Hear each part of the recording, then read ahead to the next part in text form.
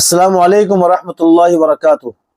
الحمد للہ والصلاۃ علی نبی صلی اللہ تعالی علیہ وسلم۔ محترم سامعین کرام، آپ حضرات کے سامنے بہت سارے مسائل پیش کرنے ہیں، خرید و فروخت کے، بروکریج دلالی کے، شیئرز مارکیٹ کے اور فوریکس ٹریڈنگ کے، گولڈ کے لین دین کے۔ بالترتیب سارے مسائل ویڈیو کی شکل میں آپ کے سامنے پیش کیے جائیں گے، مگر ابھی جس مسئلے کو لے کر حاضر ہوا ہوں وہ حج کمیٹی سے متعلق ہے کہ حج کمیٹی کے ذریعے حج میں جانا۔ تو اس معاملے میں گورنمنٹ آف انڈیا نے کوئی شرط نہیں رکھی ہے کہ مالدار جا سکتا ہے یا غریب جا سکتا ہے، لہٰذا غریب ہو یا مالدار ہو، جو آدمی بھی حج کمیٹی سے جانا چاہے تو وہ جا سکتا ہے۔ البتہ ایک شرط ضرور ہے کہ ایک سے زائد مرتبہ، 2 مرتبہ، 3 مرتبہ وہ نہیں جا سکتا۔ اسی لیے وہ لوگ فارم جاری کرتے ہیں اور نیچے حلفیہ قسم بھی لیتے ہیں، حلفیہ بات بھی لکھی جاتی ہے، یعنی قسمیہ بات آپ سے لی جاتی ہے کہ آپ اس سے پہلے نہیں گئے ہیں۔ اس معاملے میں حج کمیٹی کے جو رولز ہیں اور ریگولیشن ہیں جو میں نے پڑھے ہیں وہ آپ کے سامنے رکھ رہا ہوں میں، کہ ایک سے زائد مرتبہ کون جا سکتا ہے، کون نہیں جا سکتا۔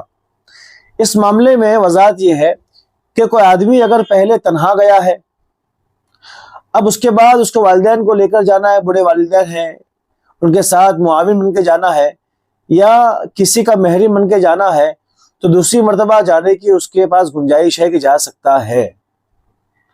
البتہ وہ پہلی مرتبہ بوڑھے والدین کو لے کر جا چکا ہے یا اپنے محارم کو لے کر جا چکا ہے، تو اب دوسری مرتبہ تنہا جانا چاہے تو اس صورت میں جانے کی گنجائش نہیں ہے کہ وہ نہیں جا سکتا، اس لیے کہ اس کو جو حق دیا تھا ایک مرتبہ وہ استعمال کر چکا ہے۔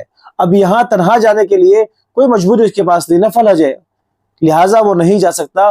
جو قانون حج کمیٹی بنائے ہیں وہ اس طرح بنائے ہیں، لہٰذا جو آدمی جانا چاہے تو قوانین کو خوب دیکھ لے اور سمجھ لے، اس کے بعد ہی حج فارم بھرے۔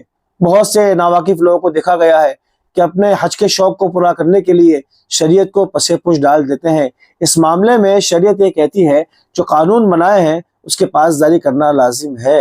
اگر کوئی آدمی پہلی مرتبہ وہ والدین کو لے کر جا چکا ہے یا محرم بن کے جا چکا ہے، اب دوسری مرتبہ تنہا جا رہا ہے، تو اس صورت میں یہ آدمی گنہگار ہے، اور یہاں جھوٹی قسم کھانے کا بھی گنہگار ہے۔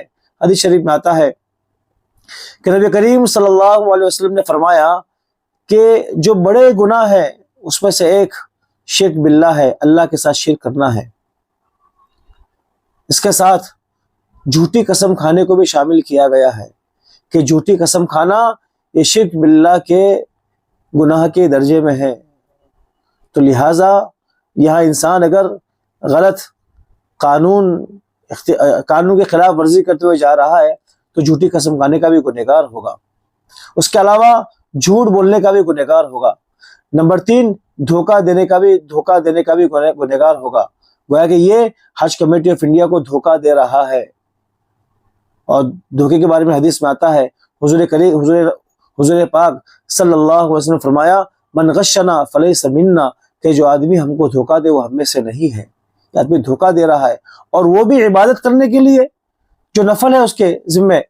تو نفل کام کرنے کے لیے کتنے گناہ جمع ہو رہے ہیں، اور سب سے بڑا گناہ جو یہاں پر ہو رہا ہے وہ کسی کے حق کو کھا رہا ہے، کہ اس کے ناحق حج کمیٹی سے جانے کی وجہ سے جو مستحق ہے، جس کا حق بنتا ہے، وہ نہیں جا پائے گا۔ اس کا نمبر اگر لگ گیا اور مستحق کا نمبر نہیں لگا تو یہ کسی مستحق کے حق کو کھانے کے مترادف ہے، کہ کسی کا حق پامال کر کے حج کمیٹی میں جا رہا ہے۔ یہ تو اپنا شوق پورا کرنے کے لیے یہ آدمی شریعت کو پسے پوچھ ڈال رہا ہے۔ اب ایسے حج سے اس کو فائدہ ہوگا جو اتنے سارے گناہوں کو جمع کر کے جا رہا ہے، یا اس کو نقصان ہوگا، خود سمجھ سکتا ہے۔ شریعت نے کبھی بھی جھوٹ بول کر، دھوکہ دے کر، کسی کا حق کھا کر کوئی کام کرنے کا حکم نہیں دیا ہے، اللہ ہے کہ اس کا حق پامال ہو رہا ہو۔ لہٰذا جو آدمی حج کمیٹی سے جانا چاہے تو وہ ان قوانین کو خوب دیکھ لے، سمجھ لے، اس کے بعد حج کا فارم بھرے۔ اس سے پہلے اگر جا چکا ہے وہ، اگر نہیں گیا ہے تو اس کے لیے کچھ دیکھنے کی ضرورت نہیں ہے، وہ فارم بھر کے وہ جا سکتا ہے۔